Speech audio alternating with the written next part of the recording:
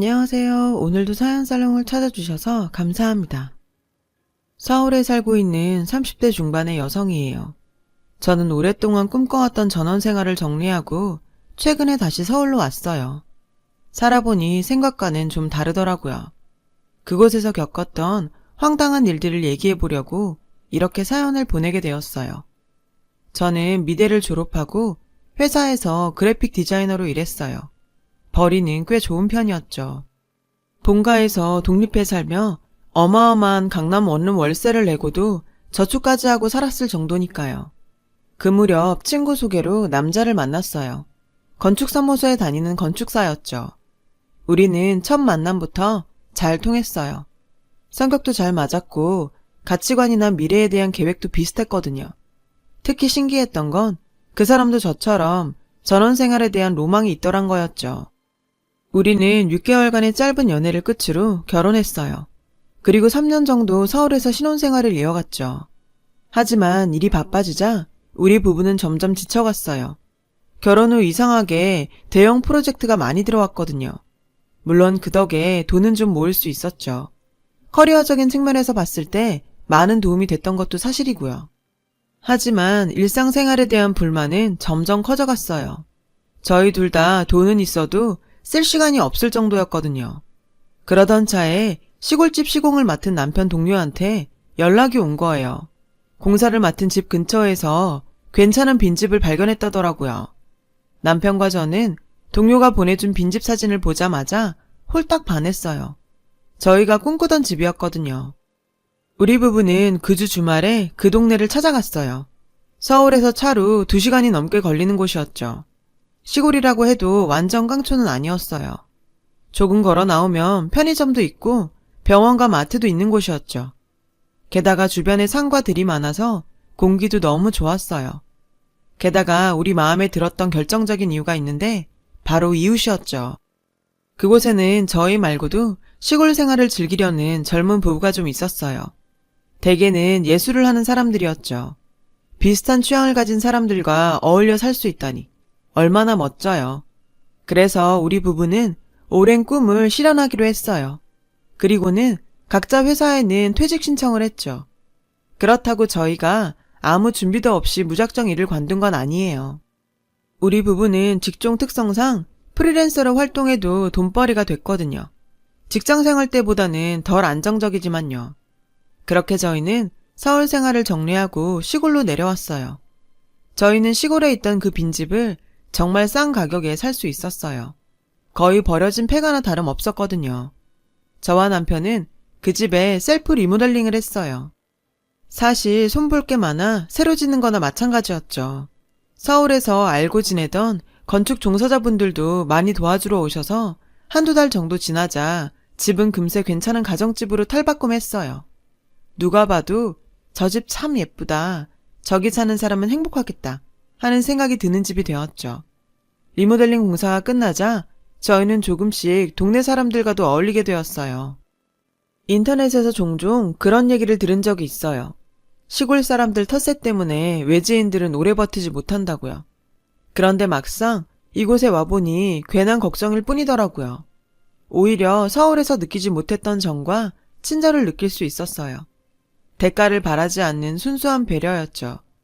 마을 사람들은 저희 부부에게 참 잘해주셨어요. 농사 지은 것이 있으면 배추며 감자며 많이 가져다 주시기도 했고요. 저희 부부도 음식을 하면 마을 분들께 나눠드리고 서울에 다녀오면 빵이나 케이크도 사서 선물로 돌렸어요. 마을에 살고 있는 젊은 부부들과도 잘 어울렸어요. 대부분 저희 또래였거든요. 20분 정도 거리에 분위기 좋은 술집이 있어서 마을 사람들은 밤마다 거기서 커피와 맥주도 마시며 수다를 떨었죠. 이곳에 오고 나서 저희 부부의 금슬도 자연스레 좋아졌어요. 우리가 원하던 집에 좋은 이웃들까지. 정말 아무 문제 없이 우리 부부가 소망했던 대로 살 수 있을 줄 알았어요. 그 사건이 일어나기 전까지는요. 사건은 평화롭던 마을에 한 여자가 들어오면서 시작됐어요. 문제의 여자는 혼자 살면서 동네에서 가장 큰 집으로 이사를 왔어요. 사람이 이사 온 게 왜 사건이냐고요? 그 여자 겉모습이 좀 그랬거든요. 나이는 저보다 좀 많은 것 같았어요. 30대 후반에서 40대 초반? 딱 봤을 때 나가요 아가씨 느낌이었어요. 서울에야 그런 사람들을 보기 쉽지만 시골은 아니잖아요. 게다가 시골에 살 사람 옷차림이 아니었어요. 화려하고 타이트한 원피스에 항상 하이힐만 신고 다녔거든요. 키가 작은 키도 아닌데 말이죠. 딱 봐도 170 중반은 되는 것 같았어요. 그 여자의 등장에 우리 마을에 사는 젊은 부부들 사이에서 많은 얘기가 오고 갔어요. 도대체 그 여자 직업이 뭐냐? 왜 여자 혼자 시골에 내려와 사는 거냐? 확실한 건 그 여자가 자신을 불쌍한 과부라고 소개했다는 것 뿐이었어요. 그 즈음에 저희 마을 이장님이 새로운 사업을 계획 중이셨어요. 마을 회관이 좀 컸는데 안 쓰는 날이 더 많았거든요. 마을에 젊은 사람들도 많이 살고 하니 이장님께서 그 공간에 뭐라도 해보자고 하신 거예요. 그래서 마을 사람들이 나서서 그 회관을 어떻게 이용할지 의견을 냈어요. 미술교실이나 요가, 노래교실 등이 추천됐죠. 금액은 거의 무료나 다름없게 품앗이로 해보자고요. 서울에서는 문화 혜택을 많이 받지만 여기 시골에서는 영화 보러 가는 것도 일이거든요. 그래서 이런 공간이 생긴다고 하자 마을 사람들 모두가 자기 일처럼 기뻐했어요. 그래서 그 일을 책임질 사람이 필요했죠. 저는 누가 돼도 상관없다고 생각했어요. 다들 믿을 만한 사람들이었으니까요. 그런데 이장님이 새로운 그 여자를 데리고 오더니 이러시는 거예요. 이분이 이번 마을 문화 사업을 책임져 주실 겁니다. 마을 사업에 참여하기로 한 젊은 층들은 어이없어 했어요. 저희는 그 여자에 대해 전혀 아는 게 없었으니까요. 그 여자는 자신을 준이라고 소개했어요. 명함도 나누어 주었는데 핑크색 장미꽃 그림과 준이라고만 적혀 있었죠. 자기는 시도 쓰고 소설도 쓰고 무용도 한다고 소개했어요. 뭔가 좀 쎄하더군요. 이것저것 다 아는 사람들 중에 뭐 하나 제대로 하는 사람을 못 봤으니까요. 저는 집에 와서 남편에게 준이란 여자가 좀 이상한 것 같다고 말했어요. 그랬더니 남편은 뭐가 이상하냐고 되묻더라고요. 저는 다음날 마을에 사는 젊은 여자들과 마을 사업 책임자가 된 준이에 대해 얘기했어요. 다들 저와 생각이 비슷했어요. 그 여자가 수상하다는 반응이었죠. 직업이나 나이, 이름도 몰랐으니까요. 그런데 이상하게도 남자들은 한결같이 대수롭지 않다는 반응이었어요. 화가 나는 건요. 남자들이 그 준이라는 여자 말에 꿈뻑하더란 거예요. 준이란 여자가 주축이 된 마을에 간 문화사업에서 저는 미술교실을 진행하게 되었어요. 그런데 아무리 작은 사업이라 해도 회의는 제대로 진행해야 하는 거잖아요. 그런데 준이라는 여자는 회의 시간에 늘 엉뚱한 소리를 했어요. 거의가 감상적인 얘기들 뿐이었어요. 어젯밤에 하늘에 떠있는 별을 봤는데 그걸 예술로 승화시키고 싶다거나 폴벌레 소리가 너무 구슬퍼서 노래로 만들고 싶다거나 이런 식이었죠. 근데 또 이 여자가 그렇게 만만하지도 않았어요. 동네 언니 하나가 참다 못해 그 여자한테 한 소리를 했거든요. 우리도 먹고 살기 바쁜데 회의가 이렇게 진행이 안 되면 어떡해요. 빨리빨리 뭘 할지 정해야죠. 그랬더니 이 여자가 갑자기 큰 소리로 펑펑 우는 거예요. 자기는 이사 온 지 얼마 안 돼서 도와주는 사람도 없이 너무 서럽다나요? 어디 남편 없는 여잔 서러워 살겠어요? 힘없는 사람 괴롭히면 안 되죠. 졸지에 말을 꺼냈던 언니는 나쁜 년이 됐고 결국 준이에게 자기 뜻은 그런 게 아니라고 사과를 해야 했어요. 그래도 준이는 자기 억울하다며 언니를 나쁜 사람으로 몰고 가더군요. 결국 그 언니는 다시는 회의에 나오지 않게 되었어요. 게다가 마을 이장님이 그 준이란 여자 편을 들더라고요. 회의가 끝나자 준이가 다 같이 술 마시러 가자고 했는데 솔직히 여자들은 그러고 싶지 않았거든요. 준이와 마을 이장님 그리고 젊은 남자들끼리 시내 노래방에 간다길래 여자들은 따로 모였어요. 근데 그 여자 좀 구리지 않아? 왜 본명을 안 쓰고 가명을 쓸까? 그런데 제가 사람들에게 이야기하지 않은 사실이 하나 있어요. 제가 준이의 신분증을 본 적이 있거든요. 다 같이 카페에 가서 커피를 마신 적이 있는데 그때 준이가 자기가 사겠다면서 지갑을 열었어요. 지갑에서 신용카드를 꺼내다가 신분증을 떨어뜨렸는데 그때 신분증을 볼 수 있었어요. 사실 본 건 뒷면뿐이었지만요. 그 순간 준이가 무척 당황한 것 같았어요. 그때까지만 해도 저는 신분증 사진이 잘 안 나와서 숨기나 했죠. 아무튼 준이에겐 비밀이 좀 있어 보였어요. 전 이런 일에 끼이고 싶지 않아서 그때 일은 사람들한테 말하지 않았어요. 그런데 얼마 지나고부터 젊은 여자들 사이에서 저희 남편에 대한 얘기가 나돌더라고요. 사실 나 자기 남편이 준이네 집 앞에 차 세운 거 봤어. 둘이 불고기집에서 밥 먹는 것도 본 사람이 있다던걸? 혹시 자기 남편이랑 뭐 있는 거 아니야? 동네가 좁아 소문이 빠르더라고요. 하지만 전 남편의 편을 들 수밖에 없었어요. 진실이 뭐든 간에요. 하지만 저도 사람인지라 그런 소문을 듣고 나니 저도 남편한테 의심이 갔어요. 게다가 남편이 의심살 행동도 했고요.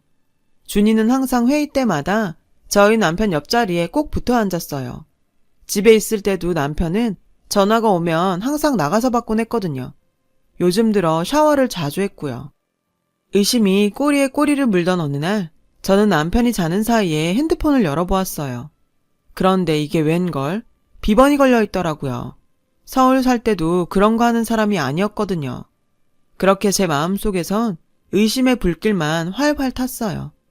그렇게 일주일이 흘렀고 제가 시내에 장 보러 갈 일이 있어서 남편 차를 빌렸어요. 조수석에 장 본 걸 실는데 글쎄 제 눈에 요상한 게 들어오지 뭐예요. 바로 여성용 핑크색 망사티 팬티였어요. 살다 태어나서 그런 요상한 건 처음 봤어요. 딱 봐도 입던 것 같았죠. 어이가 없더군요. 분명 남편의 외도를 잡은 것 같았어요. 상대는 준이가 분명했어요. 이 마을에 이런 걸 입을 건 그 여자뿐이니까요. 저는 집으로 가자마자 TV를 보고 있는 남편을 대파로 후려쳤어요. 남편은 영물을 모른 채 피하기에 바빴죠. 이 미친 인간아, 시골까지 내려와서 이게 무슨 짓이야? 전 남편 얼굴에 차에서 발견한 티팬티를 집어 던졌어요. 그런데도 남편은 아무것도 모른다는 표정이더라고요. 정말 억울하다면서요. 싹싹 빌어도 모자랄 판에 발뺌을 해? 그때였죠. 남편이 뭐가 생각났는지 차로 뛰어가더군요. 그리고는 차량 블랙박스에서 USB를 들고 왔어요. 저는 속는 셈 치고 남편과 함께 블랙박스 영상을 봤어요. 남편은 평소에도 마을 사람들을 차에 많이 태워줬어요. 그래서 영상에는 마을 사람들이 많이 보이더라고요. 한참을 보다가 남편이 영상을 멈췄어요. 영상 속에는 운전석에 탄 남편과 조수석에 앉은 준이가 보였어요. 영상 속의 남편은 식용유를 사야 한다며 내렸어요.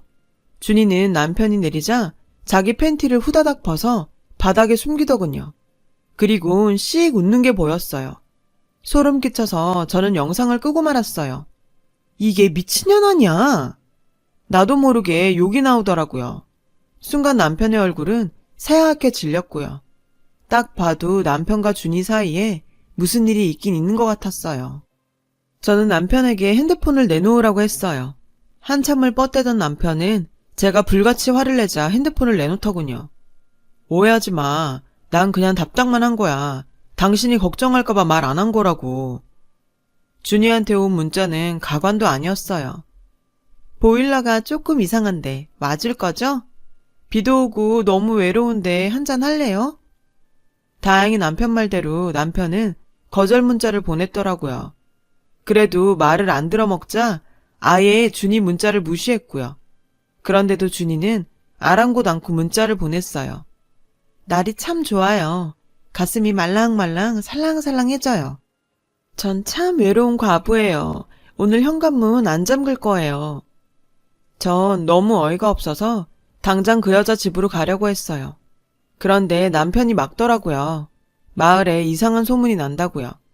남편은 모르고 있었지만 이미 마을에는 남편과 준이에 대한 이상한 소문이 돌고 있었죠. 남편과 준이가 추잡한 사이라는 소문이죠. 어떤 사람은 제 남편과 준이가 모텔을 들락거렸다고 했고 어떤 사람은 남편이 소문난 바람둥이라 서울에서 쫓겨온 거라고도 했어요.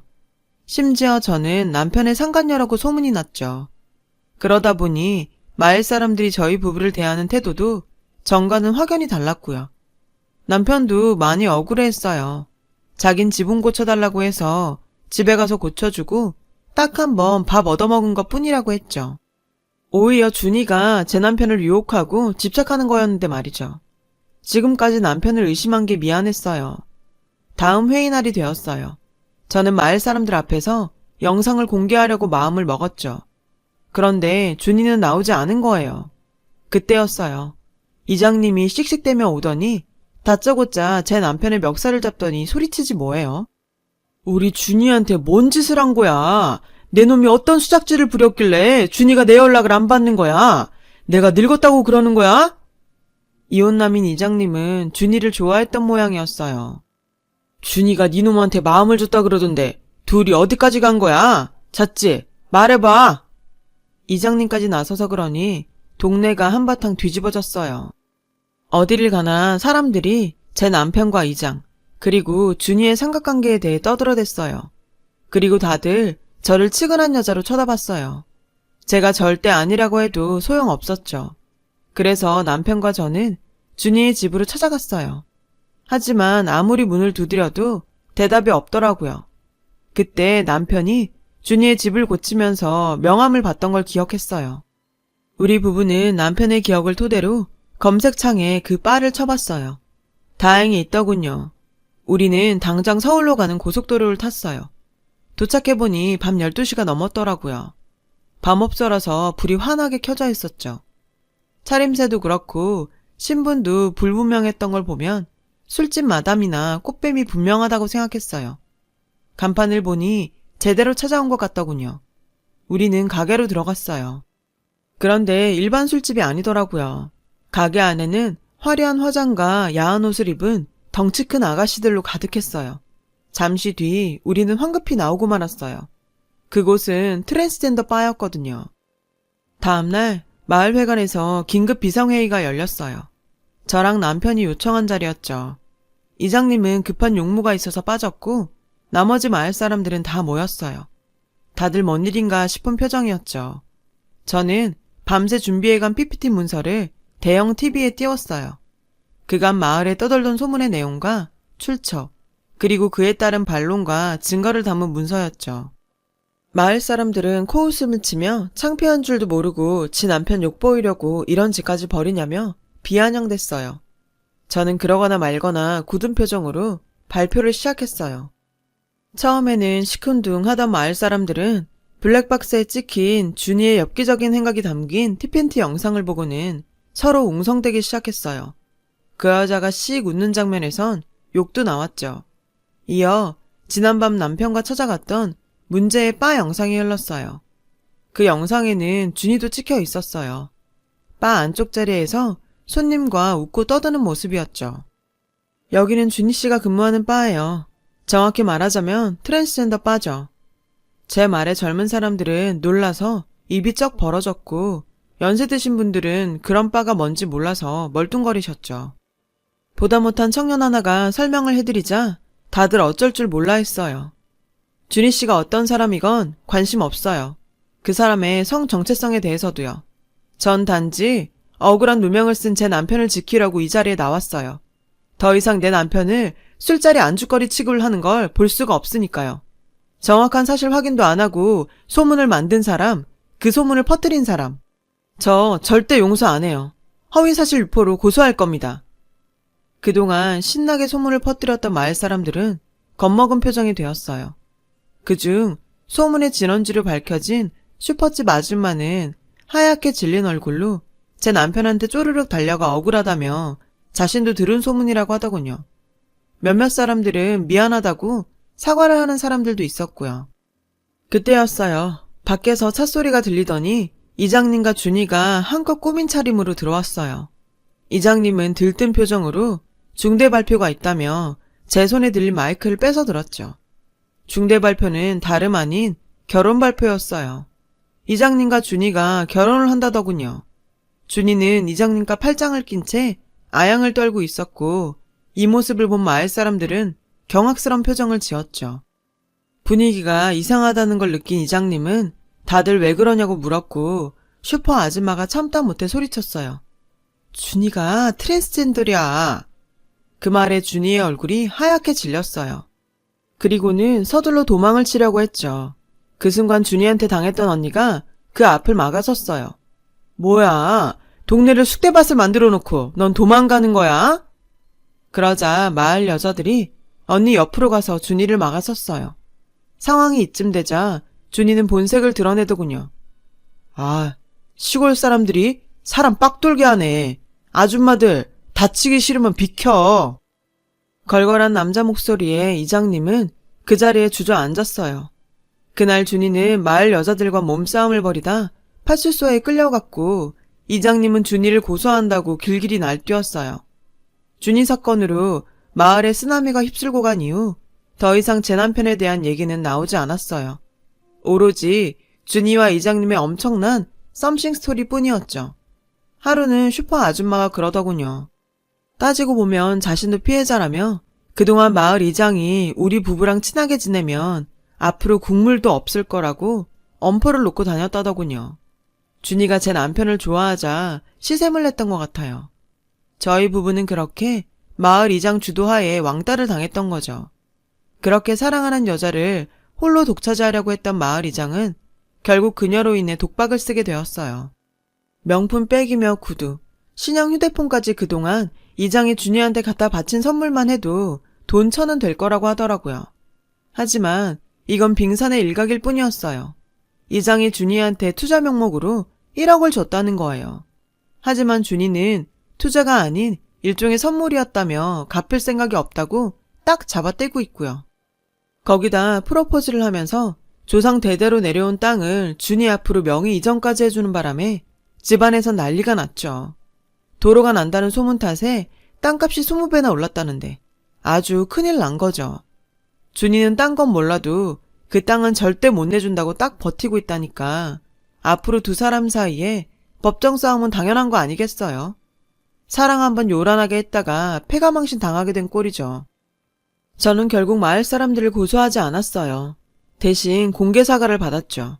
그리고 얼마 지나지 않아 마을 사람들은 아무 일 없다는 듯이 우리 부부를 대하게 되었고요. 하지만 이미 이 마을에 정나미가 떨어진 우리 부부는 집을 팔고 서울로 이사를 했어요.